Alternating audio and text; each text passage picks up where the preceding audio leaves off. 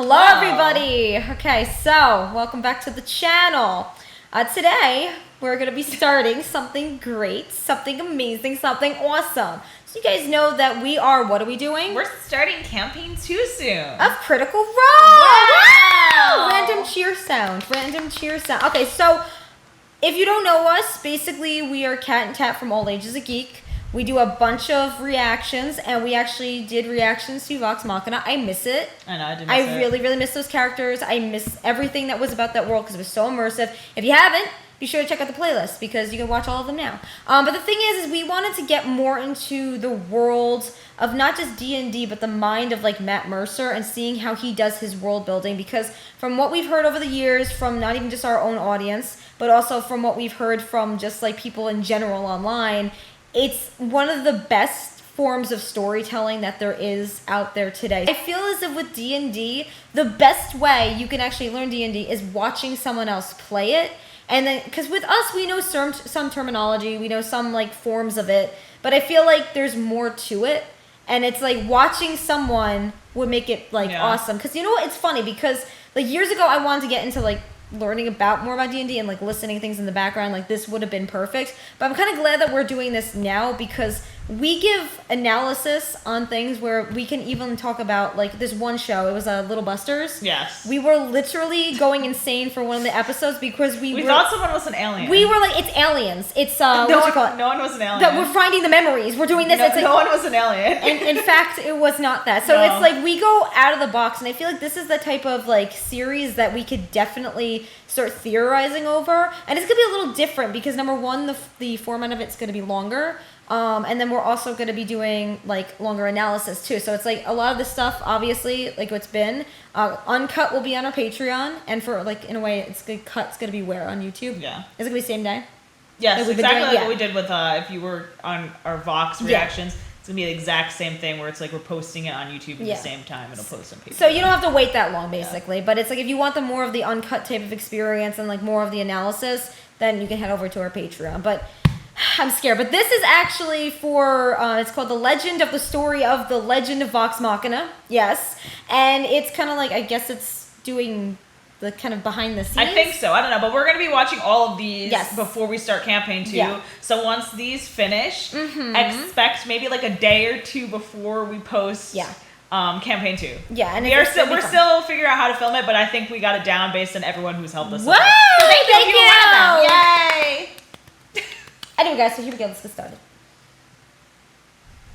No one has ever really tried to adapt an RPG campaign into an animated series. So we're actually breaking new ground. That is true, though. Yeah. Something that we didn't know the world needed. Really, there's something there for everyone? Even if you are steeped in this world, there's still a couple of moments I think that can surprise you. All the stuff coming out is just so freaking cool. He's such a good personality, too. Damn, with the music. So the story of Vox Machina takes place on Tal'Dorei, which is a continent in the world of Examine. It is an area of smaller nations, but there is an overall sovereign Uriel who is kind of the leader. She's like watching World of Remnant from Ruby. Yes! A bunch of, I can't say heroes really, but they're people that are trying to get by. And they found that it's easier to survive. Oh, this is the Kickstarter! Yeah, it looks so good. Oh my god! And so out of necessity, they became a party. Yay. Oh wow! Oh my god! This is a telling of Vox Machina as they come to their own as a group. It's a fantasy series. It's mature. It is fun. It's about camaraderie. It's about friendship. We are going to explore all of these amazing fantasy elements. Oh my god! Wow! Oh my god! I love seeing. I know. It's a really unique thing in terms of high fantasy. There's been no very high true. fantasy that's even remotely similar to The Legend of Vox Machina. I think because people chaotic. will look at this and be like, oh, this is a show of dragons and demons and like everything in between, but ultimately it's about this group of friends. We wanted to capture kind of the spark and the magic of when we were playing at the table. Oh my god! I'm just really excited excited to see. How many years ago was that? Touching scenes. That's what got me into the stream in the first place. This is something that is very I'm serious excited. and I'm dramatic, so but has excited. moments of intense and beautiful levity and lightheartedness, and that comes from literally this was a group of friends having fun. Yeah, and that's so we true. as a writer's room should also be a group of friends having fun. It's all about the characters and the heart. I was like, we got this. Well, it was just a blast. 2019. Work with all these amazingly talented writers. You were all big fans of fantasy and That's what's cool. Yeah. God, the writers were all amazing. And they Aw. all brought different things to the table. We had a mix. So when you bond and have chemistry, There's the young writer's table is more and important than anything energy, else. And then wise, laid back energy a little bit. It's sort of the who's who of what sort of action animation we've done have been some of the top tier people. Some really great new voices that have come from science fiction and live action. It's really been a nice mix. I've never worked with Brandon before, so this is the first time meeting we're able to collaborate on something. But Star Wars. Oh, nice. Oh, he did Teenage Ninja Turtles. Iron Man. Yeah. production side. Eugene's son, our story editor, he's been incredibly helpful along the way. Star Wars again. Really Yeah. implementing all of our notes, coming in. Oh, we did. Oh, we gotta watch Voltron. Jen Moreau knows so much about Critical Role. She's been a fan for a Star while, Wars. and she did. God, okay, Star Wars people, I see you. Such that the characters have gone through. May Cat is so much energy and so many ideas. She's fantastic in the writing that way. Kevin and Doc, Transformers an then. amazing writing team that I've gotten the pleasure of working with over the years. Their dynamic as a writing team is fantastic. I've never worked with Mark before, but he brings a wealth of experience in comics and live action TV. We also worked with Daniel Thompson, who came from the live action world. Oh, that's smart. Yeah. That is Yeah. smart. Ashley Birch, I never worked with. Oh, okay. She's fantastic. I didn't know she was on this. Writer. She's actually played with us. She played Keg in our second Oh, I didn't know campaign, that. a number of episodes, as well as a live show. And so I think bringing that to the table made I didn't know her she be worked on this. magical. Okay. Everybody was, Chloe. I love when the writer's room is everyone's throwing out ideas and everyone's kind of building on each other. And it's kind of from all different facets, just kind of brick after brick. You can see the wall coming to fruition. It's fascinating adapting The Legend of Vox Machina from a role-playing game campaign. Girl? Yeah. Boy? Trying to Question mark? translate Grok. that and bring that to life in an animated series. An adaptation need not be beat for beat, and so our job as the writers was to. I'm so cool. I wanna see the- spirit Yeah. like, oh of my the story God. and the spirit of each character. Even for and the Kickstarter, character seeing that that. going through and act as the translators from what it was. Exactly, so it's like Yeah. you have to make sure. In the animated form. There's going Oh my to be God. surprises. There's going to be things that are changed. But also at the same time, we want to do that because we want the diehard fans to not just come in and know everything. Like, you want to Right. be surprised. You See, I want like that. things to change just enough. To find a way to get to a place in the story where you're giving the audience the thing they didn't know that they wanted, but they actually needed. Yes. Like, you need this. We have to keep this moment. This is a pivotal moment. Maybe we can lose this. Maybe we can plus this. He has a good personality. Yeah. Hundreds of hours God. of material. I mean, imagine as a writer studying that. That's the thing. You don't want to like offend the diehard Not fans. seen that we think, wow, okay, we can take this and we can really do something fantastic with it. And those are the things that really excite us. Whittling down source material was an undertaking that I was terrified about because Matt has such a clear vision and I definitely Yeah. did not want to step on it. Exactly. Certain ideas have to be changed or altered as part of the adaptation. Like, it's a hard process. You just see humbleness in that I man. know. He'll kill us. It's amazing. It's fine. We're like, we were worried for 3 days about this. Matt would always sit down and say, yeah, no, this is the way it was in the campaign, but this is better. Let's talk about it. Let's litigate it. Let's investigate it. Let's rattle test it. Yes. Sometimes the harder ideas don't go against what you initially expected. Make the most important changes. Every project I've ever taken on, research is a huge part of it. You want to dive and get in that mindset and that mentality of the world you're exploring. Critical Role is a Shit. Wow. Wait, did they wait a minute. God. Did they cost? Can you guys send this stuff to us? I want to see it. You love immediately. Everyone, for the most part, were able to make it for an element of the writer's room. Sam has like the best smile. Like his teeth, he's the best smile. Questions that I couldn't have answered anywhere near as good as they could have. The fact that the cast created their own characters and that Matt as the game master created the scenarios, and then you're in the writer's room with those people, with that cast, you get to feed off that immediacy. It's like writing a Spider-Man script in the room. Aww. It's working very hard to honor the original canon and the original content and the original. See, they respect it. Getting past these guys. We're making sure that like this is very much the show that they want to make. It's been really cool to watch it all come together and He's funny. and, like, you know, we see every facet of it begin to become more realized. They must have been like goosebumps when they saw it. Us, with the animation studio and everyone who's working on the actual production side, it's already turned into something very, very special. We are as excited as any fan of Critical Role to see how these things turn out. There's nothing better than if you love a property and you see it expanded to a new world. It just takes it in a way you never even could envision as a fan. We wanted to capture kind of the sparkle magic of when we were playing at the table, just in a different form of media. It will be like drinking a drink that you really like and a bartender. I love him. He's so funny. I want to be his friend. I love people that give examples of things. It's like drinking a drink. I love him. I want to be his friend. Yes, exactly. Yes, he knows it. That was good. It's when people give comparisons. Yeah. Like, oh my god. I think. Wow. I think. Yeah. Oh my! We gotta see like the pilot. We have to see. Send us everything. Intro, like, because I saw some things we haven't seen. Because I had no idea some of these writers worked on it. So thank you for sending this. Because I'm like, I know, like, I've seen some of them. A lot of like, I didn't know Chloe worked on this. Because I know, like, with her, she's done a lot of, like I said, Adventure Time.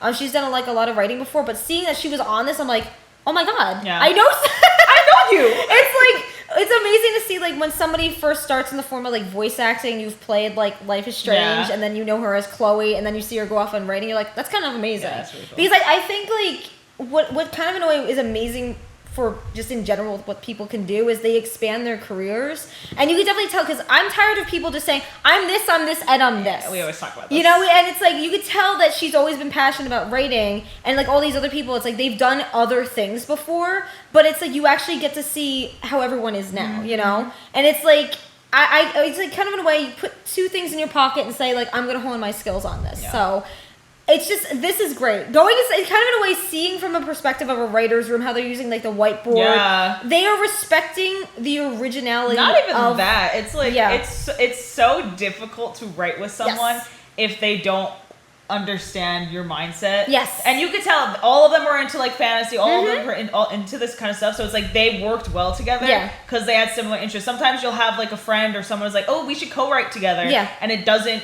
work because that person may have a different mindset or morals than you. So if you are wanting to ever co-write with someone or do like a group project, you got to make sure your guys' morals line up. I mean, that's the thing too is like, group writing is not easy. Not at all. Especially when it comes to OCs and stuff like that. No, it's not easy because unless it's like a 2-person team, like, you know, like the Russo brothers or someone else, it's like, I like sibling teams like how we are because there's always that dynamic. But it's like, you'll see like some of the best stuff that has been produced is like the Russo brothers, everything. It's like you kind of see the passion and you kind of feel like the siblinghood behind it. This is different because it's writers from different craft. Like, you see half of them were cartoon, but then they brought in the guy that does live action. Right. And I think the reason why you have to have a mixture of that is because a lot of people, speaking of bias, a lot of people tend to be biased of, if I'm just writing a cartoon, I can only go towards cartoon-type writers. Yeah. That's not true at all. Because you want to be able to have a mixture. Like, I've seen so many people in the literature field, if they're like, we're just going to write picture books, we have to go to these conferences, we're getting these types of advice, all the advice is exactly the same, the picture book that's produced and published is exactly the same as everything, single thing, and then they pay for Amazon reviews and say it's been, like, sold internationally or something, and I'm just like... And another thing is with writing, it's like a lot of people think they can do more than they can. So like you want to bring on people with like different experiences. Like I always go back to my English professor in college. He wrote a book and he was like his editor was like, yeah, you can't write women. So what he did was he talked to like his wife, his daughter, and like women in his life, and then they helped him write the women characters. So like a lot of writers think that I could write it all. No, you can go to people who have that experience and then go use that for the writing. To me, it's like, I've seen a lot of, not even just picture books, but there's people out there who, when they self-publish, it's like a lot of people think like, oh my god, I'm going to be like an international bestseller, and then they say like, oh, we're writing about diversity, but it has nothing to do with diversity. We're writing about this, and it has nothing to do about that. Oh, it's like a lot of people think that if they mention one thing about a character, that character is who they are. Like, no, if you want to write a character that is like someone else, you got to talk to those people. You have to talk to someone and learn from them and like who they are, because you don't, again, want to offend anyone. Like they were saying, we don't want to offend any of the diehard fans. We don't want to offend the creators, because Matt has such a vision, mind where it's like, because he's this visionary and because he has this mindset that's so grand in a way, because of world building and character creation, it's like, and also they were saying like the cast is basically there, like the characters themselves are in the room. It's different than it is, oh, I'm just writing a book. It's so important that people understand this, because it's really tiresome. And this is why a lot of traditional publishing, I'm not going to say that it's dying. I'm just going to say a lot of the traditional publishing is not how it used to be, because all these writers come in thinking, oh, we can do this, this, this, and this. And then the work ends up being so one-sided or just so like oversaturated with things that make no sense at all. They don't do their research, and then the publishers are like, "Oh, it's all the same people publishers support." That's how it is. Like you get like small boutique type agencies that you could see how much. One agency we definitely want to give a shout out is the Liza Royce agency. Yes. Like they're absolutely amazing. Like check out their work. You're like, Liza's an amazing person, but it's like seeing how what they do within that agency. It's so great, because compare them to like another huge agency, and that agency is just like going by number by publishing this book. Like that agency basically takes their time to hone the craft, to care about their writers, and doesn't necessarily just like shove people out the day. It's like you can have book parties, you can have book launches, all this other stuff. And it's like why we like supporting agencies like that is because, if you've seen like on our website, we've like done a lot of work with them, but it's like it's amazing that they are able to support people of all different types of writing styles, of all different types of publications. But then you have these big freaking agencies that are all the same people all the time in the same news. And it's getting tiresome at this point. So a lot of times when this stuff like Kickstarter and everything, why it takes off and independent projects tend to take off is because it has that humbleness. You look at Matt Mercer, he is such like, it's because a lot of people, okay, like I'm not going to lie about this. It's like, I get mad when I see all these people that just have, it's in the eyes, man. I'm just going to say it. It's in the eyes, like these soulless eyes where they're just bragging about this and that. Like, oh my God, I have this many awards. It's like at the end of the day, does that matter? No. What Matt is doing, what Matt Mercer brought to this world was he brought a story and a world people can escape to. But then they all support fan art. That's what I was going to say. They all support. Like if you go on any of their Twitters, they're all commenting back a fan art and like all that stuff, and it's amazing because a lot of people with their following ignore the fans, and what they do is they incorporate the fans to because it. they know, and it's like, as I've seen like tweets from them about like independent, like running a business and everything, and it's like it's very inspirational. Like with AAOG Geek, we're very independent, and like we can learn from this. Even if it's like watching a Critical Role campaign, we could learn from that, and that's why with Matt, he puts everything on the table for everybody to access. Like nothing is just hidden, nothing is a secret. He wants to help people. All of them do, and they get it. And just you see the humbleness behind the project. You see the humbleness within their eyes, you know? And even with these writers, it's like they were, I'm not gonna say intimidated, but they were kind of like, they don't want to offend them, right? Which is great, you know. It's also very hard for a writer to have something on the table already with the story in mind, and then kind of make that their own voice. But you could tell all of them worked well together just by how they were all sitting and talking together. And it's seeing that is not even just a humbling experience for us to view it, but it makes us happy that these people are successful and as big as they are. Because here's the thing, so many people nowadays do not get the success that they deserve. Like, I want to give another shout out. The artists that we're actually working with, they're called like Bumble Flap. It's like they are amazing what they do. Okay, and it's like they don't have that many followers, they don't have that many people going for them, and it's like we like to support people on Fiverr, we like to support people on Twitter, we like to support smaller artists to help them grow bigger because we know how it is. And it's like you see other artists get explosion overnight because they're doing either like shit posting or something that is like a trend or this and that, and it's like, not to say like, oh, who deserves better, but at the same time you see such humbleness in people's craft, and it's like you don't see the same support. So it's like the next time that you see something that's humble and kind and caring, don't hesitate to support that person. Don't hesitate to say. And it doesn't have to be financial. Like if you retweet, like, comment, exactly. Like that just helps because algorithms of social media are crazy nowadays. Except for TikTok, that's the only one that has it down. So if you see an artist on Twitter or Instagram, like share their stuff. It doesn't have to be like financial support because obviously not everyone can do that. But like likes and retweets and comments and all that stuff definitely helps artists. And it makes me happy to see that people like Critical Role, like they are able to do this. They are able to support smaller creators and any creators of any size because it's not about the numbers for them, and it's not about the numbers it shouldn't be about the numbers for anyone. It should be about the craft. The numbers are important for growth, but at the same time you shouldn't just like hesitate to support someone if they have 2 followers compared to someone that has 20,000 followers. Exactly. So if anything, that's a lesson that you could take away from this. But again, I'm excited for more of the kids to come behind the scenes stuff because it kind of reminds me of like Ruby World of Revenant. Yeah, which we're watching too. Because it kind of gets you into the mindset of those writers, and you can learn from things like this. So we again are doing Critical Role campaign number 2 reactions and analysis. That should be starting soon once we're done with this. We're very excited, and we're also very thankful for you guys for helping us and lead us in this direction because I feel like it is about time that we get into something like this for a type of media because we've done live action shows, we've done anime, we've done cartoons, but we've never truly did like a full-blown D&D campaign, and we're very excited to start. But anyway, friends, we've been amazing days. Stay weird, stay wonderful, stay awesome. Till next video, fangirl, fanboy, fan person every single day. Bye.